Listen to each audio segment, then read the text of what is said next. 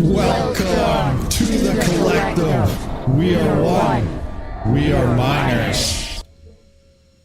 What's going on, everyone? Welcome. It is Saturday, and oh my gosh, depending where you live, if you probably live in Arizona, you're used to this, but it is hot out where I'm at. In Alberta, there's forest fires everywhere. We're kind of lucky that they're not around where I am, but it's supposed to get very dry everywhere, so you know something could flare up. But anyway, guys, it is getting hot out there. So let's do a quick roll call, see who we have in the house and what is going on. Right off the bat, we do have Mr. Budweiser. I also want a big shout out here, Red Panda Mining. Thank you for sending all your viewers over, and thank you very much for the comment, Serpent. Much appreciated as well. With you, keep up the content on that tech testing and everything you do. Great information out there. What do we got? We got Chris Hanley, Golden Wolf. Oh, the one and only Red Pots. All right, let's continue on here. We got Paul D. Skirm. What's going on, Skirm? Chris Hanley. I'll try not to repeat too many names, but I usually do anyway. Mike Metcalf, what's going on? Mining Pirate, what's going on? Hi from Amsterdam. That's a ways away, so welcome. Thanks for checking out the stream today. What do we got here? Scrolling on.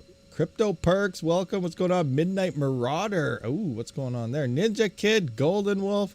Love Buck Mining, what's happening? Automatic Beats, Wolf. Black Cat Crypto, what's happening? Network Bits Crypto, what's going on? John Lemon, Saddy Sometimes, what's happening? Wolf, what do we got here? Oh, I just saw it. Something just popped up on my screen. What happened? What happened? It's on a totally different screen. I just hear like weird sound effects sometimes. Jockwick Miner UK, what's going on?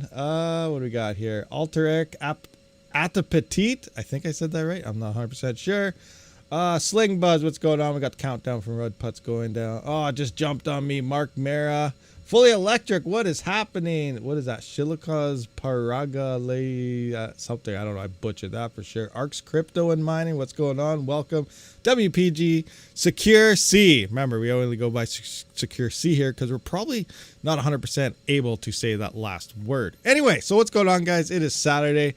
Crypto has not been looking too hot the past few days, and it's expected because every time the power bill comes in, like every time, it doesn't matter if we're in a bull run. Well, you know, bull run, obviously we're doing pretty good, but like, I don't know, every time the power bill comes in, crypto goes down, and it's like, oh, and then do I wait longer? I gotta wait a little more, be a little bit late, but I save more, and oh, it's just crazy. But yeah, it hasn't really recovered yet. Usually it recovers by now, but it hasn't, which is interesting, but that's okay. It's gonna go up, guys. We're all good. We're all good here.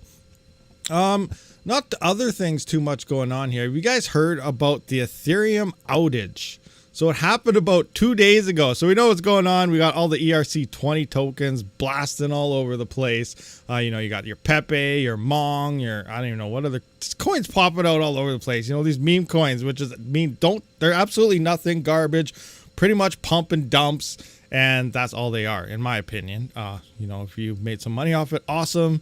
Most likely you will lose, though. Not financial advice. But everything going on, the gas fees shooting through the roof, and it sounds like Ethereum, the network, actually went down. Not just like down whatever, like Solana, down, dead, gone. No transactions, no blocks, nothing was being validated. It didn't last very long. I think it was like 20 minutes or something. So I actually tried looking for blog posts and write-ups and anything, and there's nothing written up on it. So I was like, wow, what's going on here? How come, like, you think this would be a big thing for bloggers and stuff like that, but there's nothing. But 2 days ago, we do have this thing here. Let's go in here. There was a post here by Miss Teen Crypto here and ask it, did Ethereum just go down? This was May 11th. I was like, yep, sure did. And then it's about to flow into LTC. We saw a lot of coins moving into LTC as a money mover. And then, yeah, at mainnet as in Solana. So it was like down as in Solana or down as in price, as in Solana. So it's kind of bad when you're being referenced to a term that, you know, your network's dead. So it's kind of funny.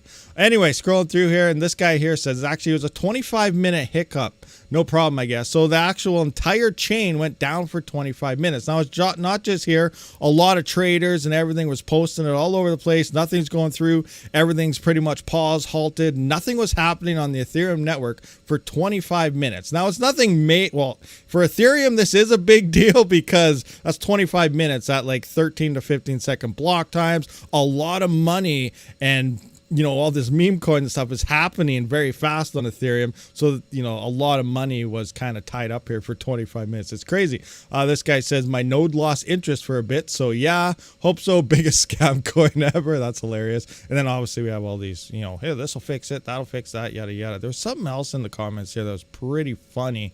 I can't find what it was. But yeah, so Ethereum, the entire network was down for 25 minutes. So that's crazy. That's absolutely crazy. And gas fees. Oh my gosh. Like you see everyone talking about it. And I mentioned it last week. A lot of these people that are pumping all these meme coins and saying how they're in and all these people getting help, yada, yada. They have these little Telegram servers and whatnot.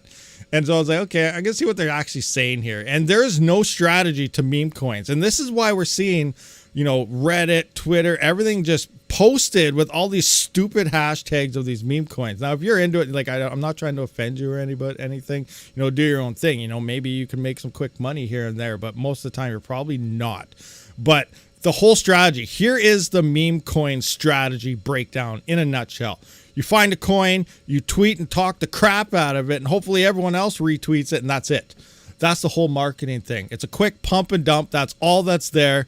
Be very, very careful. And that's the instructions they give out in all of these different things. So every time you see people talking about these meme coins and that coin, that's their entire strategy, is get more people talking about it so that more people potentially buy. So it's just bad, unless you get lucky. But I'm just saying, do your own research and be very, very careful. Anyway, so I just wanted to mention that stuff. Gas, yes, it's expensive. So I wanted to try it out. I was curious, how much does it cost? Because I never use MetaMask. I never use these things, and I go to test it out, and all these bridges and doing that. That's where a lot of people get hacked as well. And they say, oh, you can just use layer 2 and do this, but the bridges in between is where all the hacks always happen. So you got to be very careful with this. So anyway, you got MetaMask, you got Uniswap, all these things, and I went in there. I was like, hey, I wasn't gonna buy anything, but I went to check out Pepe and whatever is it, Wasi and whatever the heck these coins are. I just went $1, and I wanted to see what the gas fees were, and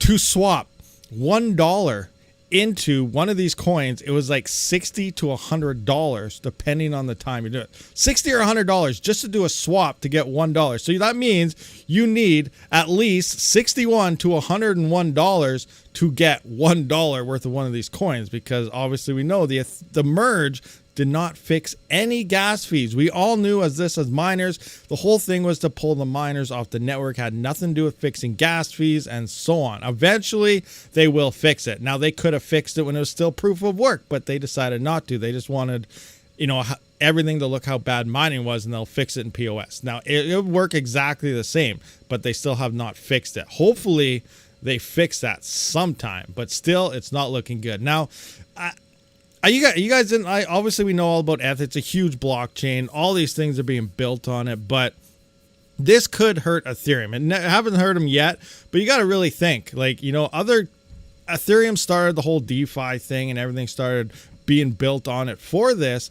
But moving long term, that just becomes the new normal. Now we got NFTs, we got meme coins, everything is all over the place. So it began on Ethereum. I like to look at the internet. You remember early on, I talk about this quite often too, a long time ago actually, just before the merge. I haven't really referenced it much lately, but this is how I look at it. Originally, when we first had the internet, we had, Yahoo, Alta Vista, multiple different web browsers, and they all searched different parts of the web. It was a game changer, the first thing to do it. And then I believe this is where Ethereum is right now. They're doing this as the search. They're first to do this thing, kind of like the internet first. And then Google came. And Google just kind of linked everything together. You use one engine, and it searches the entire web for anything you're looking for, right? And that's where it became a game changer. So Ethereum started its foot in the door with this whole DeFi explosions and NFTs and blah, blah, other meme coins and all this garbage. And now we're seeing other chains begin doing this. Lots of them are doing that. It's almost becoming the new normal, but they're doing it a lot faster and cheaper, which means until if Ethereum does not get their stuff together and really focus on what's at hand here, other chains are going to take over and people are going to start building on that and realize that, whoa, this is bad. So that's kind of what I see here. But, obviously I could be wrong because everyone is still using Ethereum for this purpose because it is obviously a lot of adoption happening with it. But it's very crazy. Should I buy an Ice River 100 gigahash? I don't know. You know what? The ASIC, the miners, everything looks, obviously they're awesome. These things are amazing. But we still don't know about the company in general. So I don't really know what's going on with them. There's a whole bunch of different numbers all around. Like some people say there's only 3 of these miners in existence. Other people saying they just began mass production. Is Ice River the actual manufacturer of these, or are they just a third-party seller and they're just trying to get them out the door before everyone else? There's a whole bunch of unknowns. So the ASICs, they look like they're real and obviously do what they're doing. We just don't know about the sellers so far. So that's one thing we kind of got to keep in mind right now. Also, it's the first step in ASIC. So, in 6 months from now, 4 months from now, maybe we're going to go from 1 or 2 terahash like the Ice Rivers have, or the 100 gigahash there at 100 watts, which is absolutely extremely efficient. It is less efficient than the bigger ASICs, but it comes in at a lower cost. But in 4 to 6 months, what if, is Bitmain going to jump on board? Are they going to drop a miner? What if they drop a 100 terahash miner? Now the freaking 2 terahash KSO now looks like garbage, and you're probably not going to, actually, never mind. You'll most likely, get some ROI. If it comes real, that's it. First step, it has to make it to your door. Second step, if it makes it that far, you're going to make a decent amount of money because it's the first gen. There's probably not that many of them as well. And then eventually more miners release. So these are things you kind of got to keep in the back of your mind. Like, is it going to make it to your door? Is something new going to happen right around, in the future, very near future, that'll even surpass this thing by quite a bit? So these are questions we don't have answers to, and it's pretty much a gamble right now. But who knows? We have no idea. Pre-mined units. Yeah, totally pre-mined units. Like, what was it? So I was talking to Ice River, obviously. I mentioned that to you guys. Panda has the KS2, and it looks absolutely amazing, making decent. It's making a lot per day right now.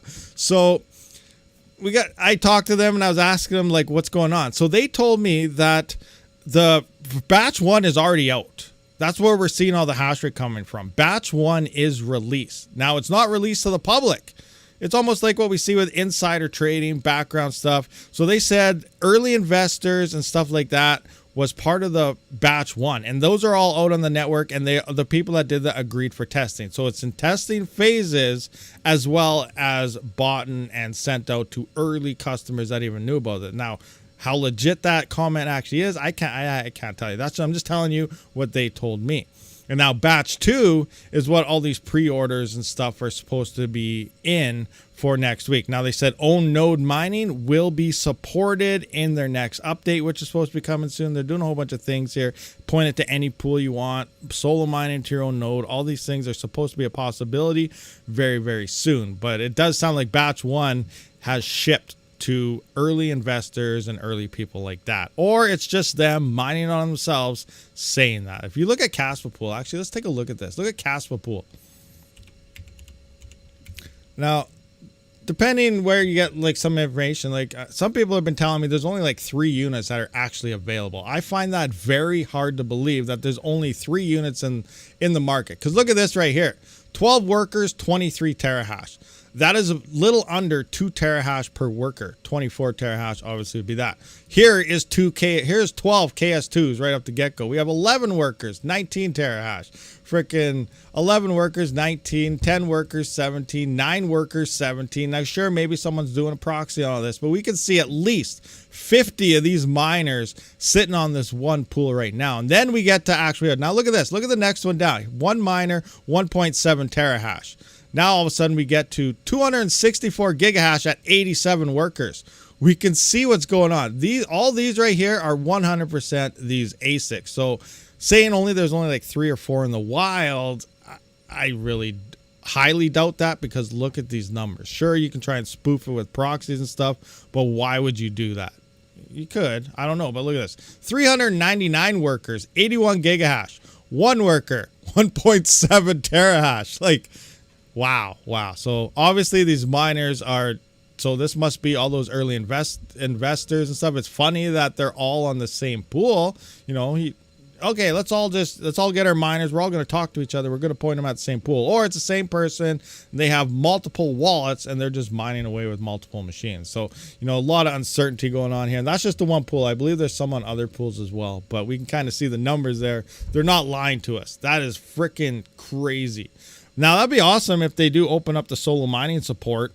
Because obviously there's going to be a lot of hash rate unknown, which also could lead to bad things like potential attacks or something. I don't know. It's going to be interesting. No, I shut my miner off. Is it lagging on me again? What's happening? I'm going to do a quick click. I'm going to watch my screen and see. Oh, maybe it is. There is a bit of a delay there. I'm not seeing it do its there. Just, yeah, I have about a 10-second delay. It's looking like. One of them was solo. Oh, maybe they're testing their new firmware or something now. So there are some solo mining now. So there we go. Some solo mining. I didn't actually look on here. Do they have an unknown? There's no unknown hash rate, but they do have a network of 1.15 petahash. And did it go down? Yeah, the hash rate's actually coming offline. That's interesting. So 1.04. That's just between the pools, though. Okay, that makes sense too. If solo mining, you know, this hash rate drop off, this only measures the pool hash rate, this thing right here, and this is supposed to be the network. Now, sometimes the pool hash rate's higher than the network. I don't know what's going on with that reporting wise, but, you know, this kind of makes sense. That hash rate would be falling off here because this measures pools, but the network continues to climb, which means, yeah, a lot of solo mining. So, yeah, I don't know. You know, regardless, the miners look absolutely awesome for sure. We do have an aggressive Caspa. The ASICs came out pretty fast for Caspa. They weren't really supposed to be out for like, I think, another year, but the emissions is extremely high, especially for these level of miners right now. So it's insane. It's absolutely insane. Today, Flux announced the first details about the proof of use work. So far, it looks like Real Mining 2.0. Interesting. That's cool. I got to check that out. I was watching, who was it? Was it MindSum when he did that interview? That was a very interesting one. And it was very interesting as well. So, you know, I got to get Daniel on here sometime and ask him the questions. But he also even said on MindSum stream there or video that he didn't really know the 100% details of how it's all going to work with the tiers and stuff. He just has the breakdown to give people information. But a lot of stuff I'm interested of, like when they're talking about it there, I know they're kind of comparing Dynex with it, where Dynex pulls a bunch of the hash rate off. Then there isn't much supporting the network, so it gives a good chance for a 51% there because there isn't really much secure there. That's even if they're doing proof of useful work. We still can't even confirm that because everything's closed source. We don't know where the marketplace is to even try and buy something to test. So that part is still a huge unknown. Now with Flux, it does sound very interesting, where it does sound like the times 1 slots and all that stuff is the way to, will work. You won't need all these crazy motherboards we've been talking about, but at the same time, I feel it's still kind of watered down a little bit. Now, if anyone from Flux is watching, don't get mad at me. I'm just skeptical. We all are right now, and we got to ask the question. So, during that, I remember I fast forward through a lot of it. It was pretty long and I was busy and the hockey game was on, but I did watch most of it in like fast forward mode. But so it was coming down and they got to the point where, yeah, you know, quantity over quality is what it kind of sounded like. So mass machines, each amount gets selected. It sounds like only like half the network at a time will be selected through like a random queue to get chosen for the proof of useful work, while the other half is going to maintain on the chain. And the times 1s, X12s, you know, all this, and your OCTOMINERs, they'll work just fine, it sounds like. But there's also going to be a tier system, which is what I'm really curious about. So you have your quantities. You say you have 14 GPUs on a rig, or you're using an X12 and you got 12 GPUs, and then 6 GPUs get thrown out for proof of useful work. You're supposed to maintain flux. You're supposed to get a lot more flux than maintaining the security of the network and transactions, which is good because it's proof of useful work. It almost turns into like a nice hash thing. You're renting the hash power using Bitcoin, getting paid out in Bitcoin. That's kind of what's going to be happening on Flux here. The way I get it is you're using Flux to send in your projects to either get rendered out, cloud streaming, gaming, whatever they want to do. It sounds like a lot of things, which is awesome. but half the network's going out and you're getting paid in Flux. So hopefully you are going to end up getting more Flux if you get chosen for the proof of useful work. And if you're not, you just maintain on that. But it's only going to be using half at a time. Also, it depends on the computing power that's probably necessary to get the job done that they need. So we got to keep these things in mind. Sometimes it might only be 5% of the network if it doesn't need snuff. It's a small job. And then as it builds up, obviously a lot of people will be getting into it and renting for multiple projects. So it's going to need a lot more. And that might bring, you know, higher Flux prices up when the network's really busy and so on. It's going to be very interesting for sure. But the point I'm getting at is it also comes down to the tier system. They kind of hinted on that tier system there, where now if they had in their announcement, maybe they had a stream later and they answered it, since I haven't seen it. I'm just basing everything off I've seen off the MindSum interview.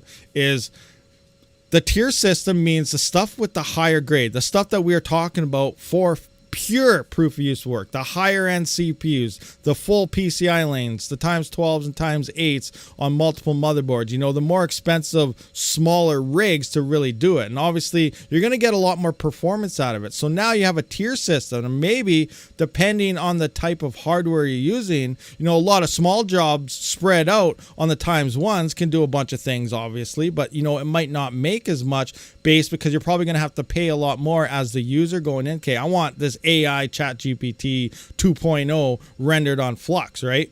But I'm going to need this much hash power, and I need it fast, and I need it in there. So you're going to be paying more for this, but it's probably going to then move that up to tier 2, tier 3, however they do it, or maybe tier 1 will be knowing that, X1s will be tier 3. But now all of a sudden you got the people that are running epic CPUs and freaking 4090s. At the time it might be 5090s, you know, end of next year to rock these out, or maybe they're using those new NVIDIA cards that are $10,000 a piece. I have no idea. Remember, some people have no limits with money. They can buy whatever they want and not care. Us, we're not in that type of category, but there are people out there that are going to have a bunch of epics and crazy GPUs with massive amounts of memory, and they're probably going to be making a lot more in this type of cycle because they are optimized for proof of useful work. So again, I still don't know. I don't know how it's going to work out. These are still questions we need answers to, and I still feel, you know, I'm in a decent situation. I think obviously with all my CPU rig and stuff now,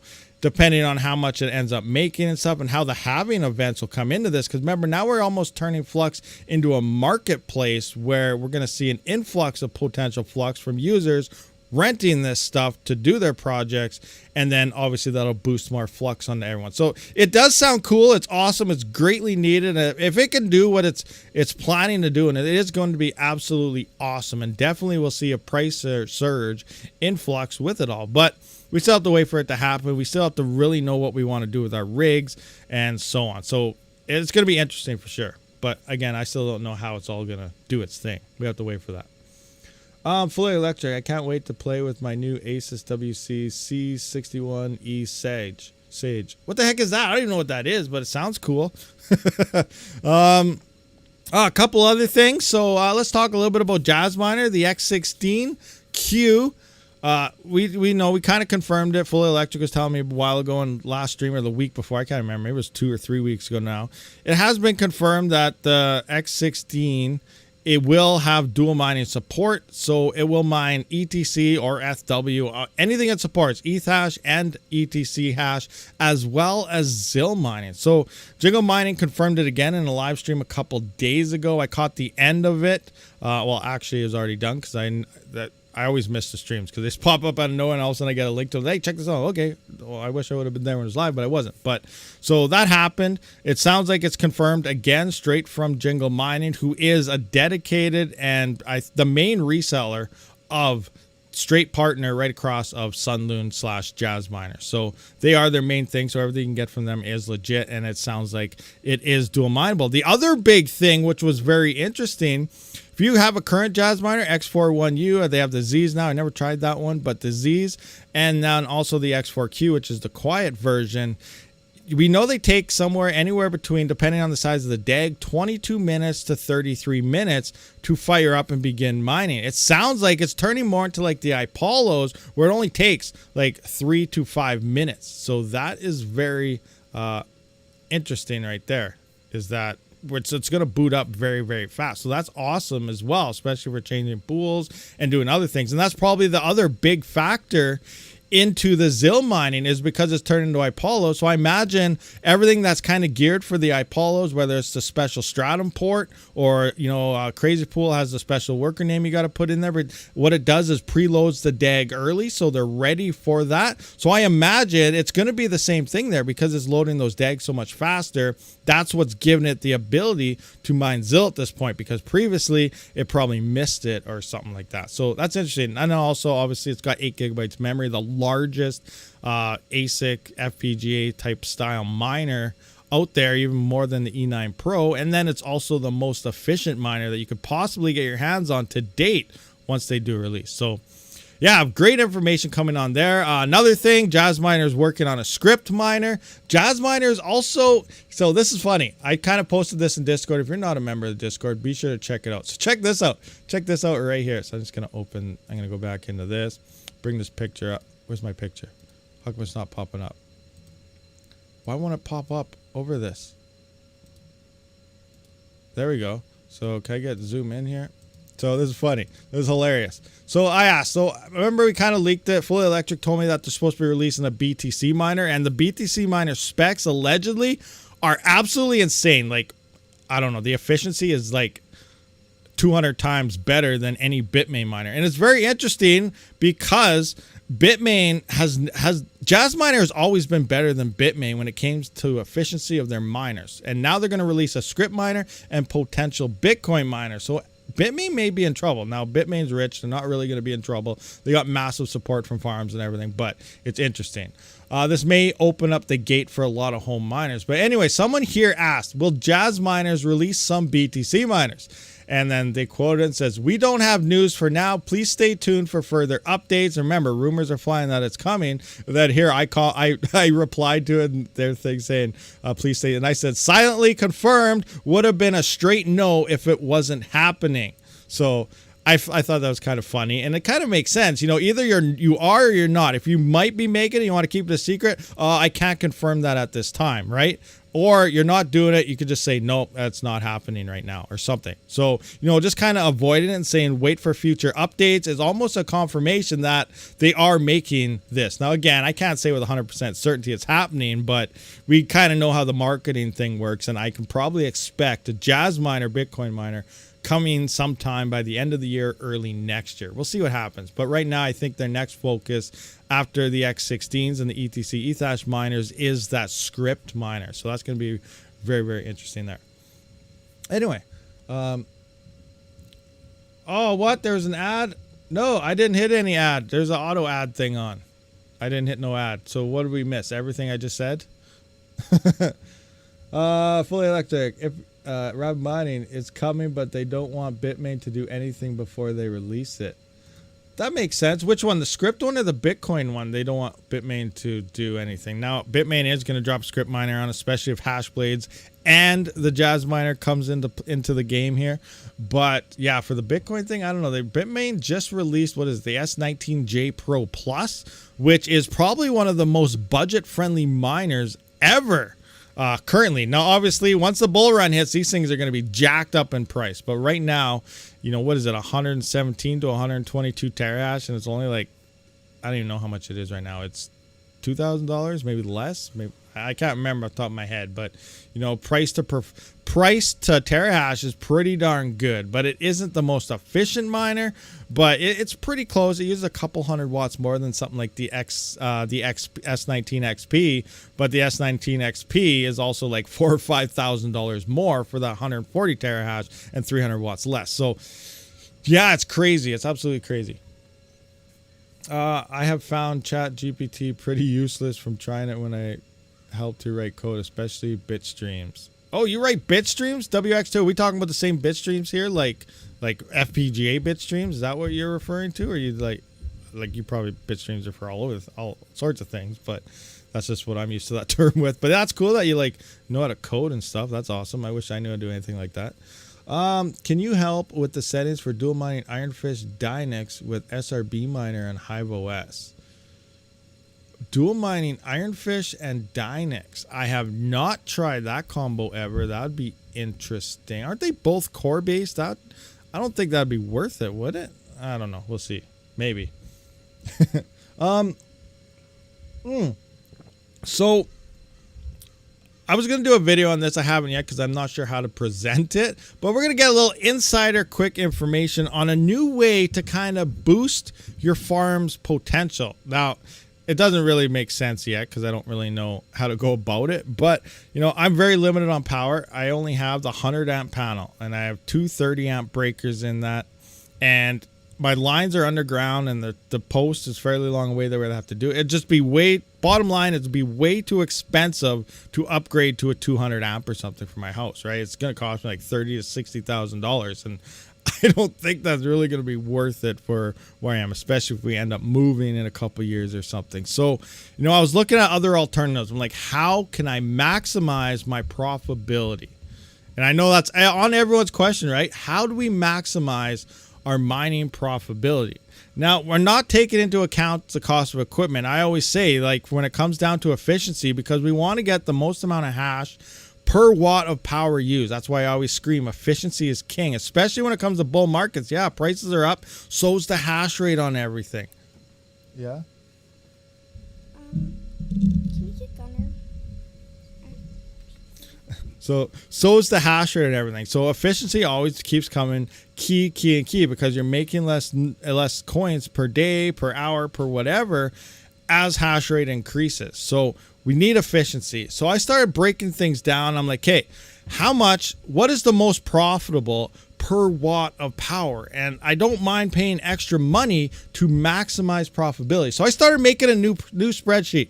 New spreadsheet here, guys. Check this out. Very early beta testing, and you guys get a first look for showing up at this live stream. So awesome. So, you know, I like to make a lot of spreadsheets when it comes to my own profitability calculator and stuff. But I was breaking it down right now. We all talk about most common miners. We go to ASIC miner value. We see the L7 is the top on here. You know, let's just look at that for right quick here. We're going to go into ASIC miner value, where we at right here. So we come into here, we can see, oh, L7 now is on top. Obviously the K7 and the KA3 was on top previously. Then as more go online, this number drops. Now, as more script miners, I feel script is really going to get smashed with hash rate if the hash blade, as well as a new Bitmain miner releases, as they will.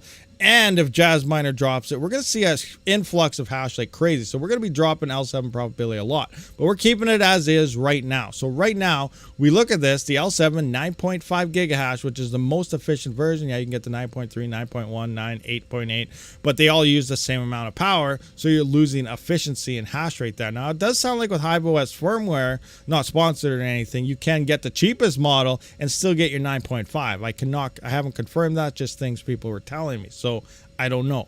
But regardless, we're going with the 9.5 here. It's making $14 a day after power. Now, I'm going based on before power. I want to find out how much things make per frickin' watt before power, before you remove everything. If we look at the L7 9.5, 3425, total today's income, USD, is $22.86 before power.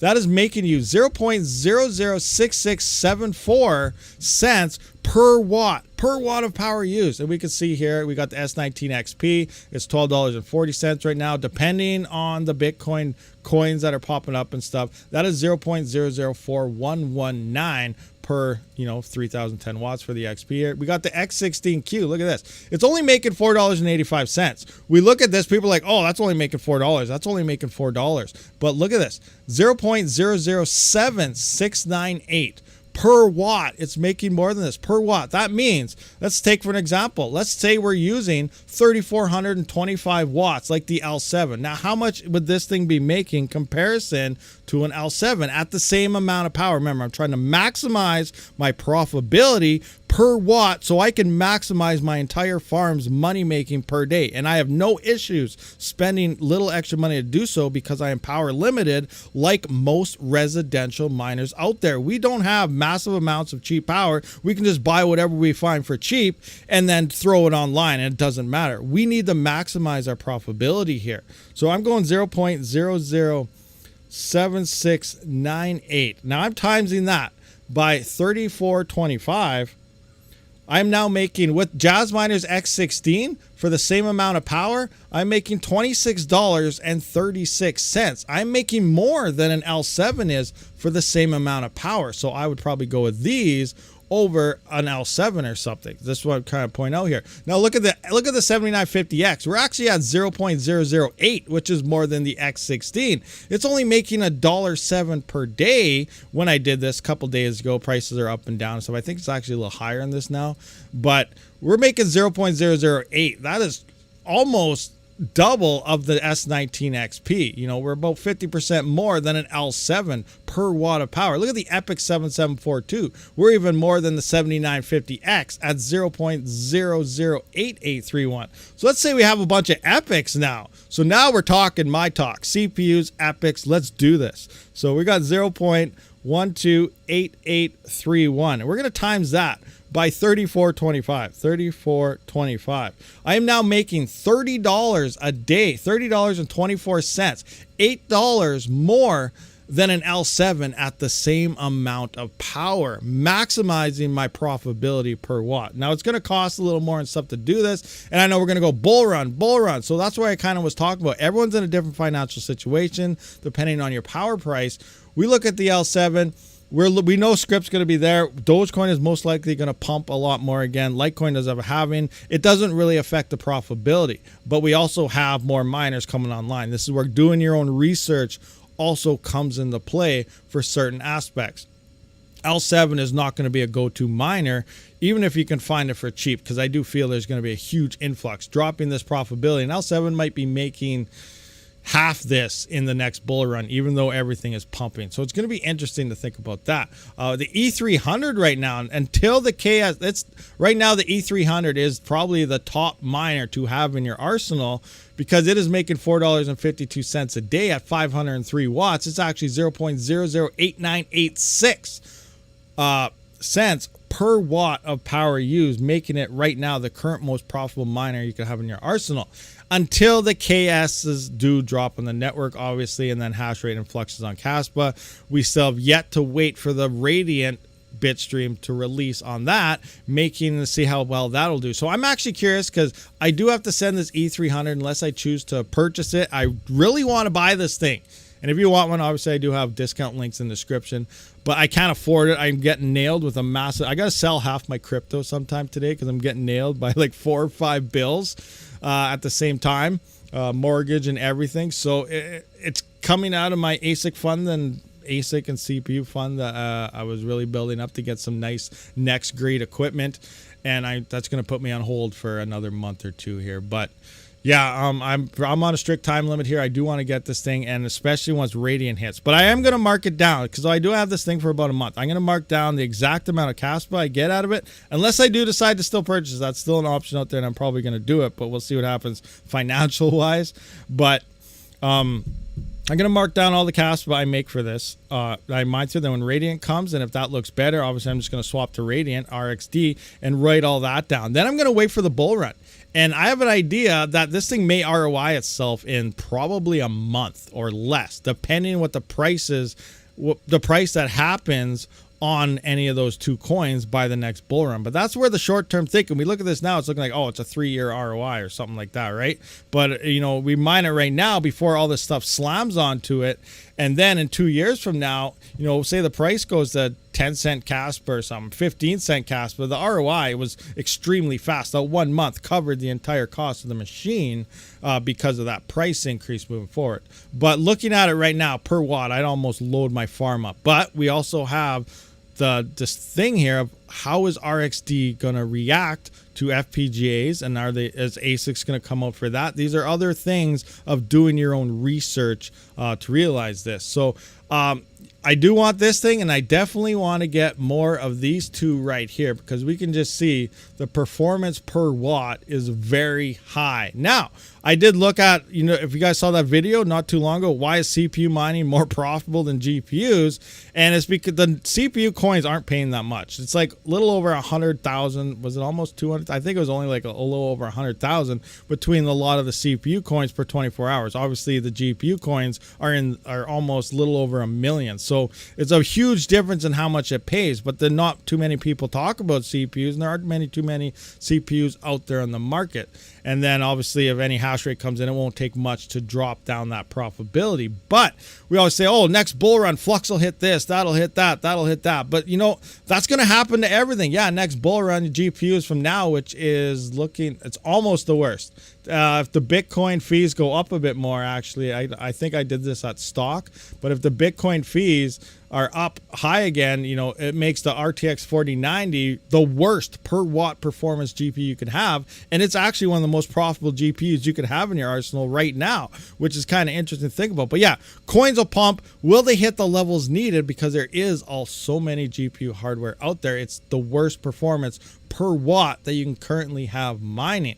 So price will go up. Flux does this, that does that, that does that. What levels will they hit to make that? But we also got to keep in mind all these other coins are going to go up as well. It's a bull run. You can't just say this is going to do that, that's going to do that. Duro, I expect probably another 5x gain from here. So we're going to see a lot more profitability. Again, hash rate comes in. We don't know. I don't know what's going to happen with XMR. I feel privacy coins could go up a lot more. So maybe XMR will see a pump. Obviously, we have Raptorium dropping in some new updates here that are going to be huge game changers for Raptorium in the next few months. So that'll be interesting when those come out. So we're going to see a lot of big pumps probably happen on these CPU coins. And again, this is all part of doing your own research, deciding what to do. But I'm just basing this off. I am power limited. I can't afford to spend $60,000 to upgrade to a 200 amp panel. So I'm okay with spending a little extra and trying to make as much as I possibly can per watt of power that I do have available to myself, just like a lot of you home miners really do. So I don't know. Does that make sense to any of you guys? Am I totally way out to lunch here? Am I way in the wrong? It's just another way of looking at things. But, you know, let me know what you guys think about that whole scenario that I'm looking at. Now, if you're fully electric, like I said, you have 1 cent power, you can use any type of equipment you want. I'm just bugging. You're fully electric. Anyway, yeah. Does that make sense to anybody? Anybody disagree with that? Maybe I'm totally out to lunch. You need all E300s, but the issue they cost a lot and drops out of profitability when ASICs for the same coin drops. Yes, fully electric, that's 100%, which is why you say we kind of got to wait for Radiant, and we don't know what Radiant is going to do and if ASICs are going to emerge for RXD as well. So that's the other thing. Also, Ironfish, I think, is Osprey is working on a bit stream for Ironfish. It's unlike a Lithium that is Blake 3B, but they did change the stratum. So the current bit streams for a Lithium do not work on Ironfish. At least that's what Panda told us. So he talks to FPGA guys. So, you know, obviously there's truth to that. But I don't know. I don't talk to those guys. But that's just the last thing I heard. That's what they told me to do. I was impressed by their immediate support. Whose support? Why upgrade your panel? Just have them add another 100 amp panel. That's true. You know, there might be ways around it because, so how it is, my lines are underground. And underground, they go to like a walking path that's like stone and I don't know, this fancy stone walking path that goes along the side of the house. And it's like, I don't even know, it's a long ways, a couple 100 feet. So it's going to be very expensive to, one, dig up all the big trench there, fix that walking path, put in a newer line and do that. Now, it's coming out of a light post right in front of the house. So maybe there isn't much room there though, but maybe I could just build a shed right behind, like a foot away, depending where the property line is, right behind the freaking light post, and then they can just pretty much wire it in directly. That might save a lot of money. But then again, and what if we plan on moving and stuff like that? I just don't know. It's I don't know. It's gonna be crazy. I think the service wire is too small. Rabid, my E300 has a bad... Oh, no, your E300 has a bad FPGA? That sucks. Oh, that's what you're talking about here. Oh, and then you contact them, and they're like, okay, we'll fix that up in a hurry? Is that kind of what's going on here? Have to RMA at dead hash board. Okay, I'm kind of scrolling through here to see what's happening. My E300 is dead. No. I would like to see if Ice River will deliver an intent in that. Yeah, for sure. I'm definitely waiting. Now... At this point, I think they're gonna they're really pushing for things. I feel Ice River will end up being legit. It's just that I don't want to be the one to say it is, and then all of a sudden it turns out it's not. I have a feeling, you know, everything's gonna be fine with them, but no one else has really confirmed it yet. And I haven't really been digging, but it just seems like they have been, you know, for a scammer. I know scammers push hard on everything, but it seems they're trying to get into all these legit spaces like the Bitcoin conferences and stuff and showcase their stuff. Like they're trying to get into these shows. So, you know, I don't think a scammer would actually go straight out into all these major crypto things and be like, hey, we're right here. So, you know, I feel they're going to end up being legit. It's just I don't want to be the guy that says okay and then you get ripped off. So just do your own research, hold off, wait till we know for sure. You know, maybe by the time that actually happens, it might be too late. All the miners are sold out, new things are coming. You missed out on the big huge boost above the GPU. So I don't know. You know, it's a huge gamble, and I just don't want to be the result of it, of something bad. You have to RMA it. It all comes down to electric cost, period. Exactly. It all comes down to electric costs. And as residential miners, you know, like I feel I'm kind of lucky than lots. I'm sitting at 11 USD power. It's about 15.5 cents Canadian. Now, I can actually drop that down to about 14 cents Canadian, which is about 9 cent USD, depending on how much power I use, because the third party stuff is kind of on a variable. But I am locked in at only 6.5 cent power.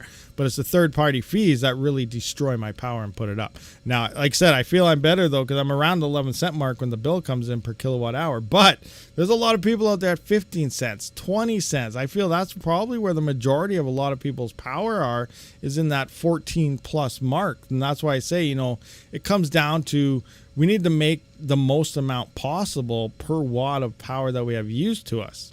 And then, are you able to upgrade? Do you have a huge facility where you can just slam in hardware? Like, it comes down to your power limitations. Are you 100 amp power, 200 amp power? How much power does your house use? You have your shed mixed between those. How much power extra do you have? So, like, you don't have megawatts of power where, you know, it comes down to the cheapest equipment you just buy and slap it in, because you don't have to care about how much power you use, right? So, like, I'm very limited here. I really got to maximize my performance. And another big thing here is I'm not here to hodl for Lambos like a lot, you know, crypto's long term for some people. For me, it's not. It's using crypto, mining crypto, pretty much living off crypto mining. That's what I do, and that's why I need to maximize my profitability, and that's why I pay more, because the more hardware I get and maximizing that per watt profits, that's almost like I'm turning into the feds here, guys. I'm printing my own money. I'm inflating myself by doing that.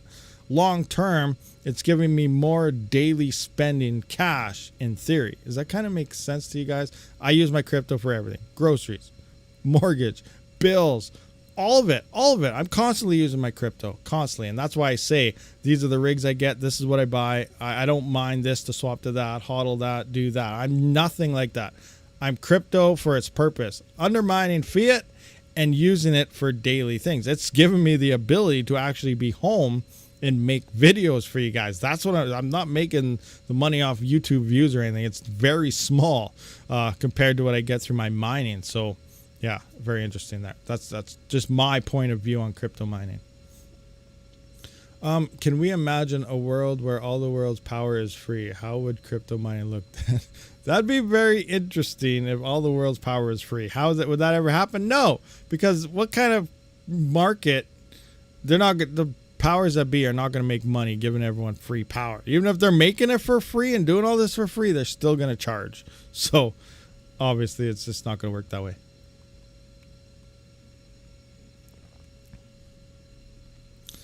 Yeah, that's what I was thinking, but I said I don't have much room. Maybe I can measure it out, see how much, what I can get. Like, I think I might only be able to get, like, beside the driveway. Yeah, I'll measure it out and run through some things here. So maybe I can get about maybe 8 or 9 feet wide.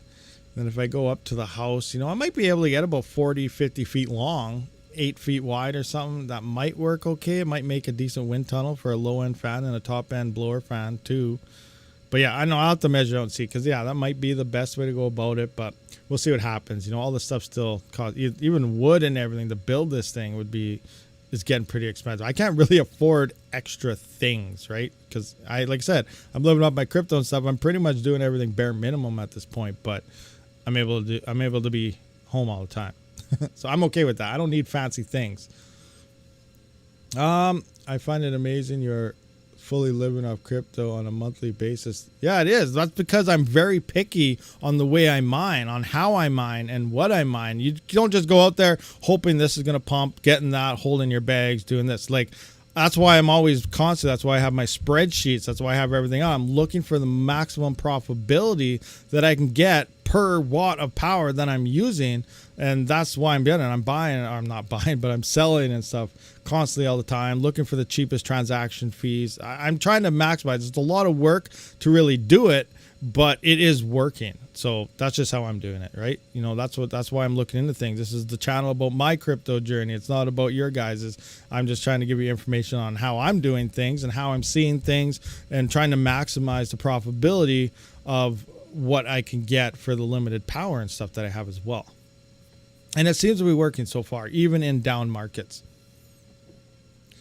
If we can make fusion power plants, electric could be, even if that were, if we could make fusion power plants at home, electricity would be free. Even if the world made these massive ones and we had an abundance of billions of kilowatt hours of free power due to this, they're still going to charge you an arm and a leg just because they can. If power is free, BTC doesn't exist. The cost of energy work is what gives crypto its proof of work value. Interesting, maybe. It's hard to say, though, because we also got to take tokenomics into effect. There's only an X amount of coins. There's only X amount of people in the world. You know, eventually, like not in our lifetime, but eventually Bitcoin, there's no more minted coins. And if everyone, as more and more people want Bitcoin, like that goes back to the saying a while back, like, you know, there's over 50 some million billionaires or whatever in the world, right? But there's ever only going to be 21 million Bitcoin. What if just millionaires alone? What if all of them at once want one Bitcoin? They can't. It's impossible. There won't be enough Bitcoin. What does that do to the price? And that's not even to mention, you know, everyone else in the world that eventually will be wanting Bitcoin. So that's another tokenomic we got to take in there, is tokenomics and price and people wanting it and stuff like that. The world runs on energy. If energy is free, then we have basically no need for an economy. That's true point too. Yeah, it depends how you define it. Energy for electricity or energy for gas, energy for cars, energy for your stove. You know, it depends how you run things. Now, the power thing, you can think of energy that way, but it's a totally different situation when it comes to gas energy and other forms of energy.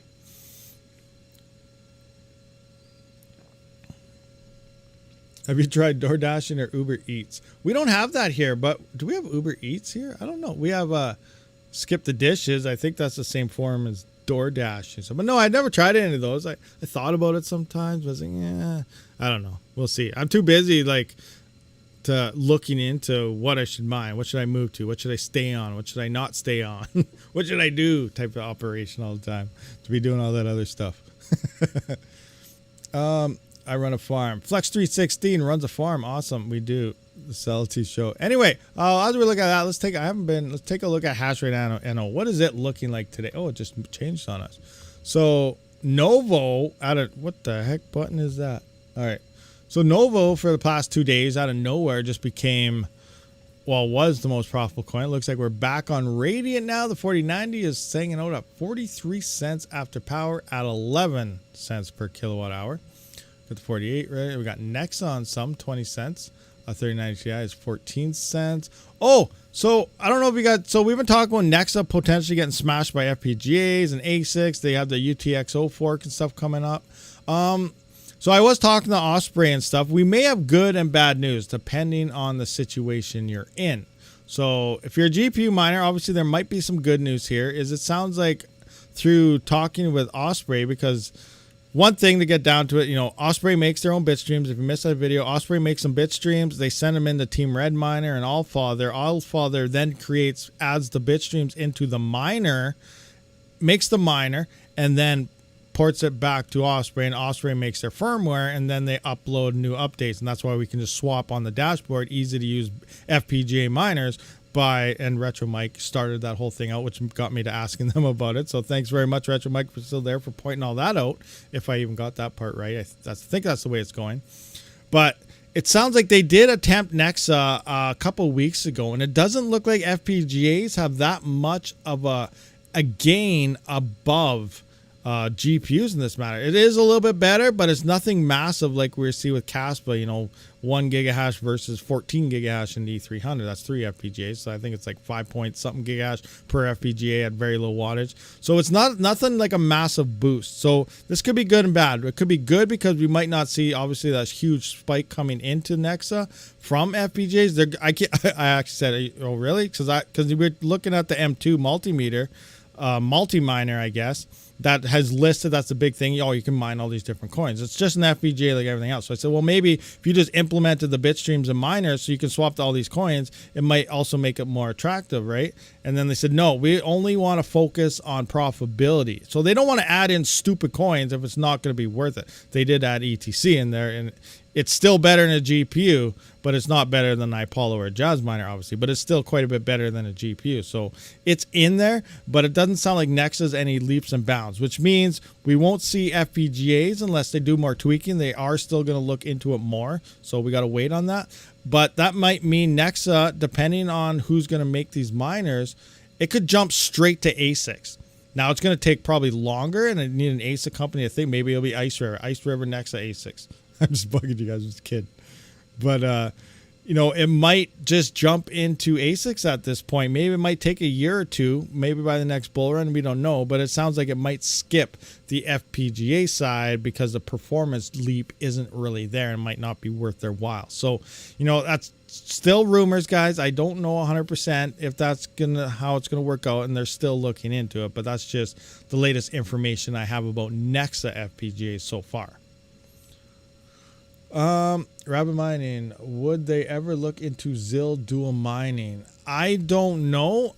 That's the other issue I kind of found out, and that's probably what's going on with the Jazz Miner, why the X41Us and Qs would not mine ZILs, because loading that DAG. I did find ETC, it did take quite some time. It was like 5 to 10 minutes or something to load the ETC DAG. Like after it got the bit streams and it loaded the bit streams, because now when you're just mining Casper, you load the bit streams, you're good to go. When it came to ETC, you got the bit streams loaded up in a couple minutes, and then it took a couple extra minutes, so about 6-7 minutes, I guess, total, to load up ETC. So they have to find a way to faster load these. Now maybe, I don't know if the speeding up the SD card would help out or not. I don't know. I don't know how this whole process works here, but maybe that's why they didn't have the ZIL thing, because I did notice when I did try ETC and ZIL, as soon as the ZIL round kicked in, it began loading that DAG, and by the time the DAG started loading, the ZIL round was done. So they might be able to find a way to faster load that DAG, and it could be an option, but right now it didn't work for me, or I was doing it wrong. I could totally have been running it wrong. If whoever has an E300 out there, did you get ZIL to work or get it to load the DAG easier? I tried using the iPollo ports to load it early and stuff, but it just didn't work for me. So just little things there.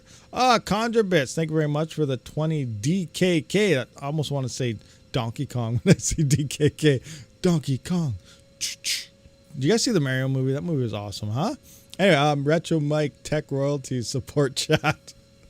Awesome. Yeah, exactly. Retro Mike, man. That guy knows a lot of stuff, and he's always, this is how it works. This is how it does that, and that's that. So, much appreciated. Retro Mike showing up for these live streams and, telling us this stuff, because I wouldn't know half of this stuff without him, his comments here and there.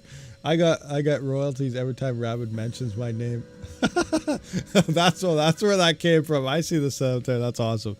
That's awesome. Retro Mike, royalties incoming.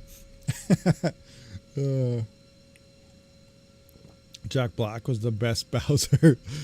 Chump Change has a movie. What? Hayes? Are you trying to say hates the movie? He hates the movie? That movie was absolutely awesome. I hope they make 20 of them. It was a wicked movie. No, for real. I loved it. The little one loved it. She actually seen it twice. I only seen it once. Everyone I've talked to absolutely loves the show. I don't know. It was awesome. I thought that Mary movie was absolutely amazing. Retro is crypto YouTube tech support for real. Yeah, he is 100%. He's totally tech support for everybody. E300 NA saws my bad. What?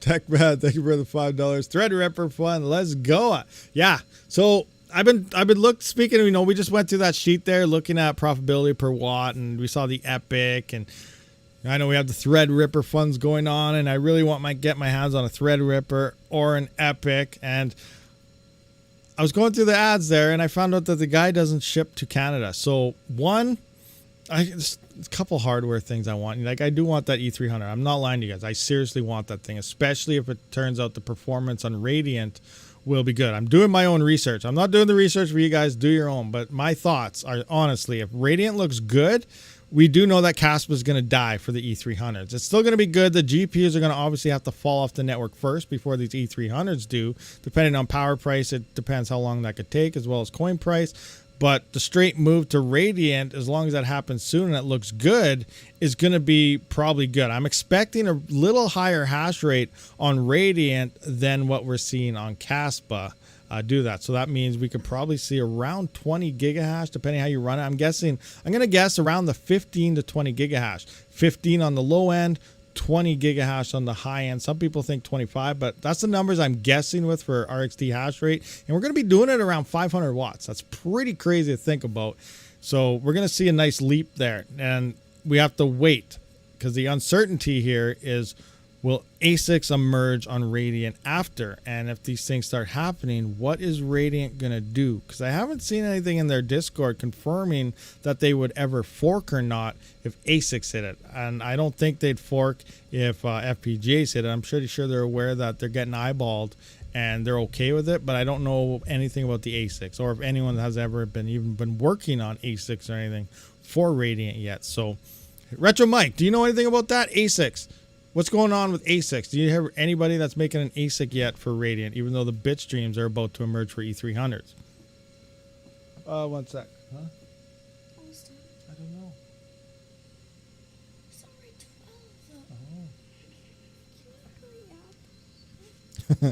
12. Little one again. So, Harvey left Neoxa through thoughts. Anyone? Harvey? Who's Harvey? Is that like a main dev or something? I don't know. I guess that could be a bad thing if a main dev leaves something, or they just didn't like it, or maybe they're going to fork. Who knows? That's a lot of things happen when devs don't get along very good. I'm the low power guy.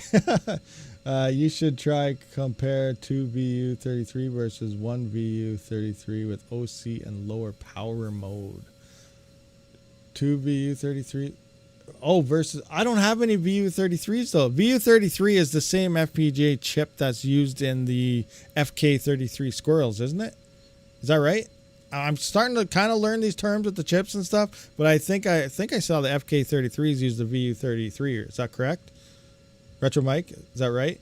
I don't have any of those though, so I can't do that. I don't have any FU33s, and I don't have any FK33s and stuff, but I have a VU33P E300 on the way. Awesome, awesome. Plug this thing. See, Retro Mike can do the test for us. He has all this stuff coming in. When the algo hit FPGA, there's normally a short window until it will be released on an ASIC. Yeah, because I do believe a lot of Bitmain's like research development team farm thing is they have a massive FPGA testing farm, don't they? And a lot of these ASICs are obviously ASIC chips, but someone, was it Retro Mike that was saying this too? I'm not sure. He was also pointing out that these ASICs are like half FPGA, half ASIC, and they kind of talk back and forth to each other or something like that. But the VU33 is 8.7 gigahash on Caspa. Yeah, I seen that on their website. But like I said, the powers, like that's everything. That's why I always do at the wall when I test miners. Have you seen any of my testing, LOL miner, BZ miners, any of those testing, KD boxes? I always show you guys the powers at the wall, because we can't trust anything we ever see on a website. We can't trust anything we see in the software. Yes, we can tweak Hive on to show you, like, example. Let's go to Hive OS here. Let's go to Hive OS. Where is it? Oh yeah, I got my GPUs off right now because I have GPUs pulled out to do stuff. But anyway, if we come into here, let's just use this for an example. We have a wattage number here. This is the watt that everyone seems to always use all the time. This is not accurate. I don't care what GPU you're using, even if it's NVIDIA, it's not accurate. Now you can tweak in the settings your power down here, and you can get this pretty spot on if you use your proper efficiency based on the percentage of the CPU or the percentage of the power supply you're using, and then you can get that spot on if you tweak it exactly right.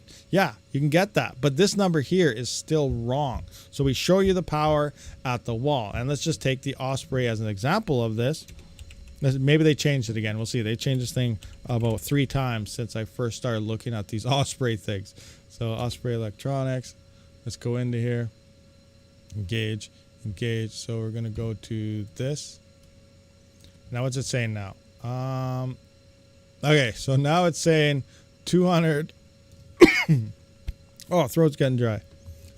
So I think this is what they said last time. So now they're saying 250 to 500 watts. Now originally, if you guys remember, this thing was always saying 250 to 400 watts for 14 gigahash. Now, depending on the fan level that you're using, right now, fan level 8, it's either 8 or 9. I think level 9, it's about 503 watts. Level 10 was about 509. And then level 8 is about 498 watts, right? On the high end for that 15.1 gigahash. But now that we can move this even higher, we're using about 700 and some watts to get that 17.9 gigahash, which is not listed on their website. So this is close by saying 250 to 500, but we are in the upper end. Don't ignore the low end, because I don't even know what you got. I think I ran as low as I possibly could. I think I was around 280 or something at 10 gigahash or something, which is extremely efficient. Obviously, still it's good, but yeah, just keep that in mind that, you know, don't just rely on someone's source of numbers and without actually seeing something at the wall to really know what you're using. If you rely on that number, and like say example, like even years ago, I remember I did a couple videos, and if you use that software number or you recognize the number and someone just says it's using this, and you add those up and you put your rigs together, you build your power supply and everything on it without doing your own proper testing, you might exceed the limit on your power supply or something, or end up using a lot more power than you thought, and now now everything you thought on building this rig you'll make for profitability is less because you're using more power and so on. And usually when I use my numbers and I add and I times that, so I have my 13070 and I times that by 6, I pretty much within 2 watts hit the exact number I'm supposed to be having on that entire rig. So no, they're accurate. Anyway, so what do we got here? Keep saying retro mic tech, retro mic tech, retro mic tech, retro mic tech. How many funds is that? Well, 3, but for each. What's cracking, everyone? Hey, what's going on, Andrew Martino? Oh my gosh, I'm like boiling. I'm like sweating right here. It's crazy. It's getting very hot, and my throat's definitely drying out.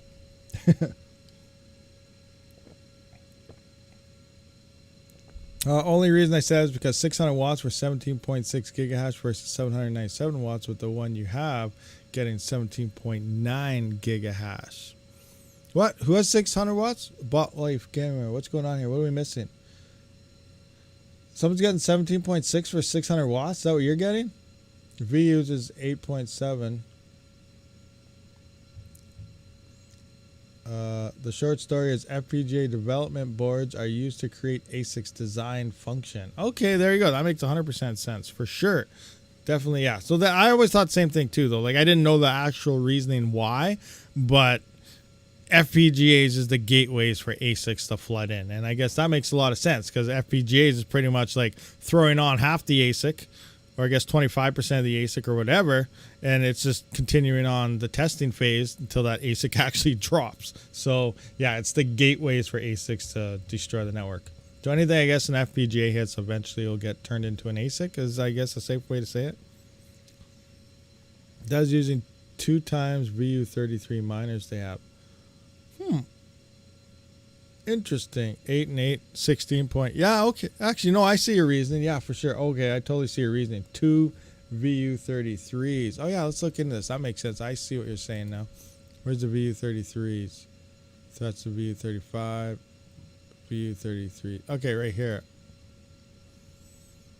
Okay, yeah, so E300 VU30. Now, how many is in this? Like, how does this actually work? Now, this is a different FPGA. Now, does this have 3? Like, the picture is probably just the E300, but they're just showing the different models. So, does this actually come with only one VU33P, or is there 3 VU33Ps in here to make up the 8.8 gigahash. Because we also got to say, now that you're stacking this up, you're getting another miner.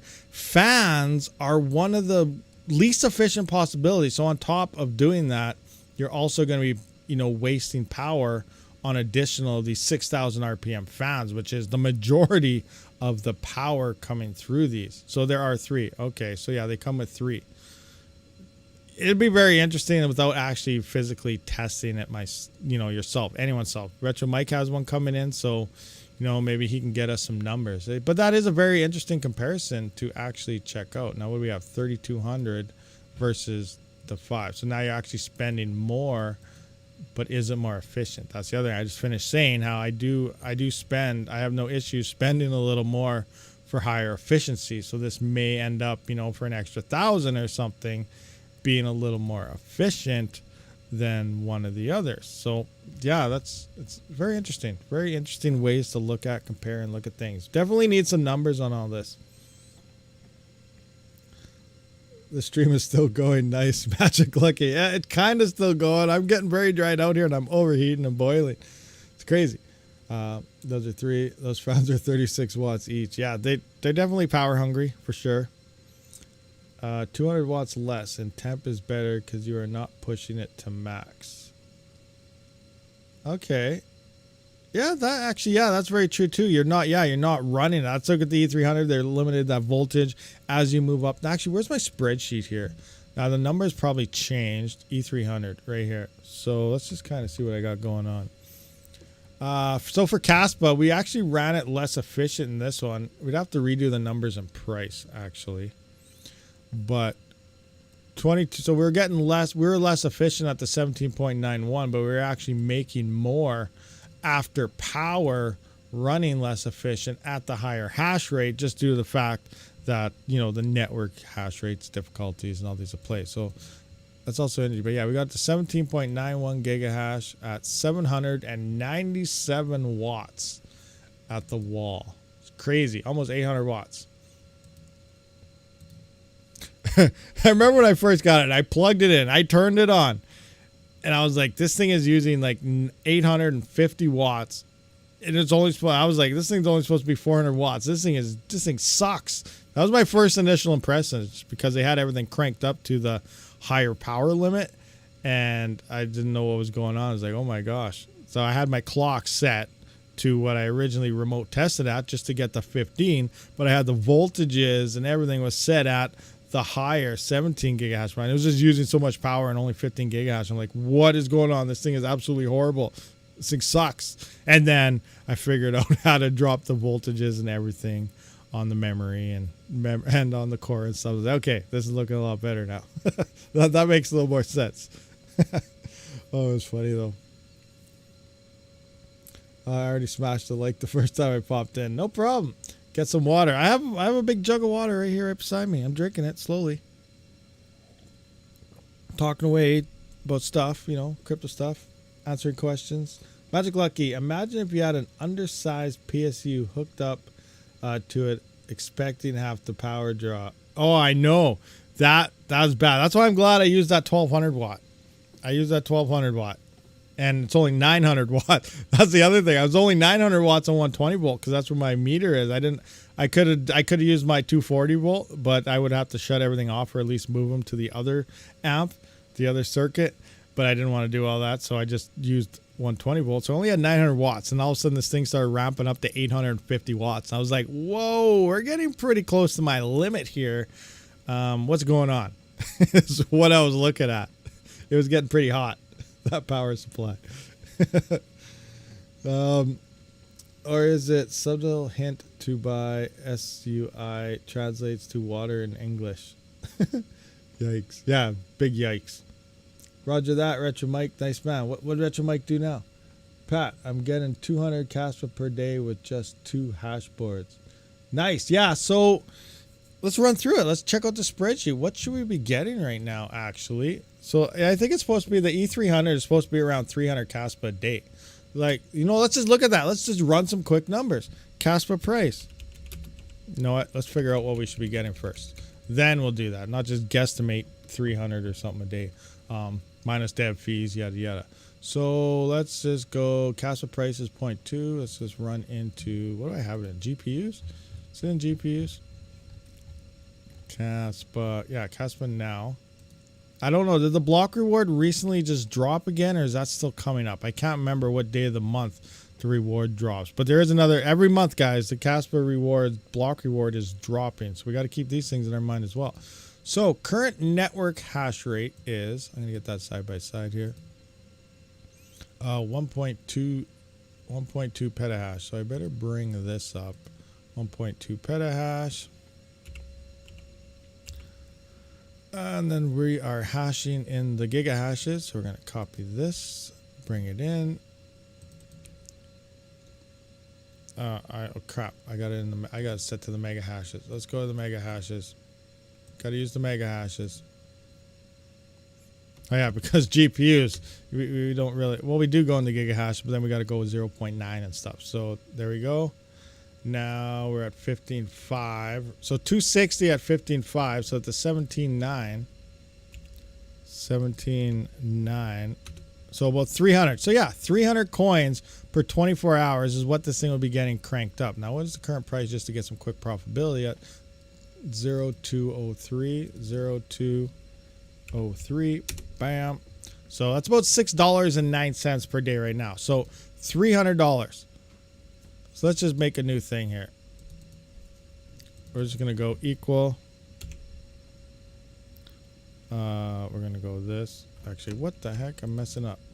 How do I do this? Equal that times that. So we're going to go equal. Actually, I don't want to do that. I want to go. I'm going to have to make a new one. I forget how to do this top of my head. Anyway, so we're going to go 300 here. We're just going to times it. What's the Caspa price at? Let's guess what Caspa could hit. What do you guys think Caspa's going to hit for a price? What do you guys think Caspa will smash out for a price? Actually, if I go equal sum this, we're going to go this times this. There we go. So now I can just add in a number here. What do we think Caspa is going to hit for a price? Okay, let's say it hits 10 cents. $30. $30 a day if it hits 10 cents. Let's make this bigger so we can see what's going on here. Let's make this a little bigger. Bam. There we go. Bold. 10 cent Caspa. This thing's making $30 a day. All right, let's go. Okay, now I want to do a new one here. I want to go equal sum this times 365. So that's 1 year. So now we're looking at 1 year. 14 bold. So if it hits 10 cents, this thing would make $10,960 in a year. 10 cent Caspa 1 year is $10,000. So that means half a year is ROI at 10 cent Caspa, 6 months. So now let's say Caspa hits 15 cents. That's $45 a day, $16,440 in a year that this E300 makes. You know, what if Caspa hits frickin' 20 cents? Think it'll pump to 20 cents? We can get the quick buy-in. That's $60 a day this thing is making. $21,000 in 1 year. We're looking at we're around that 1 month. Actually, no, we're not at the 1 month yet. What does Caspa have to hit the 1 month ROI? So what do you think here? Let's say $5,000. We need $5,000 a month.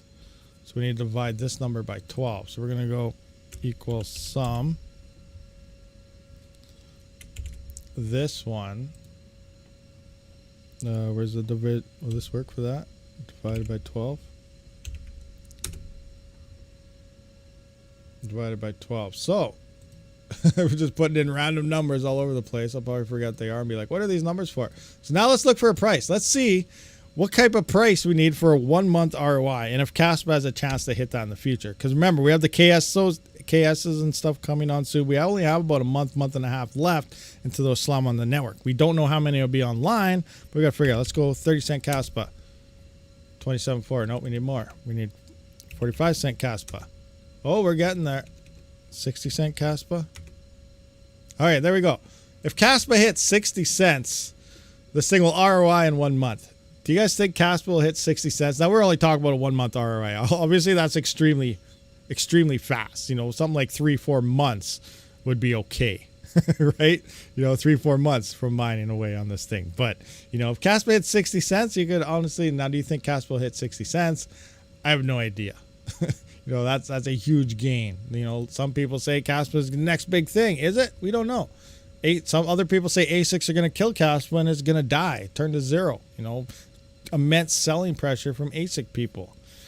Who knows? We'll see. It'll be very interesting. Hell no. Retro Mike says, hell no, it's not hitting 60 cents.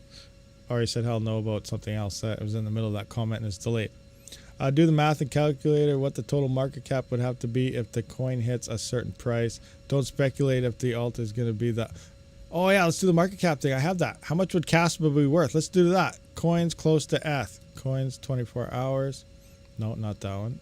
Doge, Ethash. Where is it? Best GPU. I got too many things down here. Ethash, ETC. Oh, close to ETH. Right here. Here we go. Here's my close to ETH sheet. That one. All right. So what do we got? Caspa. So I got to readjust this to what do we have for this emission? Copy. We're going to have to drop this down into close to ETH. All right. So let's this one. Bam. So what price did we just look at there? What price were we at there? Crap. Where did I have it? What was I in? Nope, not that one. GPUs. 60 cents. So we had that in at 60 cents. Let's see what it would be worth. Well, how much Caspa would this be at 60 cents? 60 cent Caspa market cap would be 12 million.